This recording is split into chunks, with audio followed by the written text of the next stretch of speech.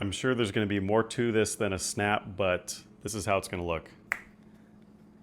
So it's actually pretty crazy how much stuff you can fit in this. It's a lot bigger internally than I had initially thought. I mean, I measured to make sure it was going to fit, so I knew that, and I knew it was a lot bigger than my other tool chest, but I was able to cram everything from the pegboard into the tool chest in a way that I can easily access everything, and I'll show you.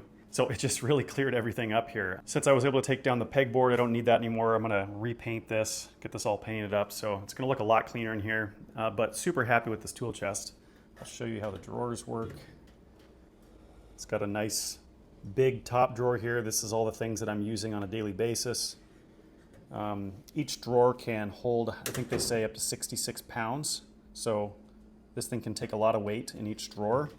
It's got a nice smooth glide to it, and then when you get it to this point right here, it kind of has like a magnetic lock almost. It's kind of like a soft closed drawer where it takes a little bit more pressure to get it going, and then once you open it, it glides open. The cabinet, I haven't even needed to use yet. It's magnetic.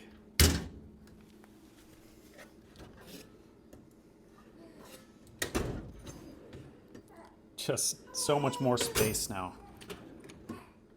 I can't believe I got away with that one tiny tool chest for so long. Still got plenty of room in here though.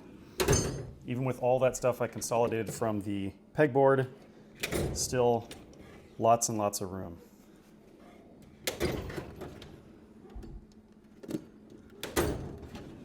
Just truly a crazy amount of space in this thing.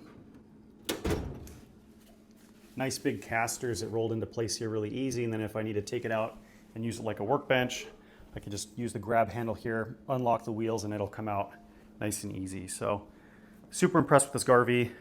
I definitely made the right buyer's decision here. Much better value than a lot of other chests of the same size.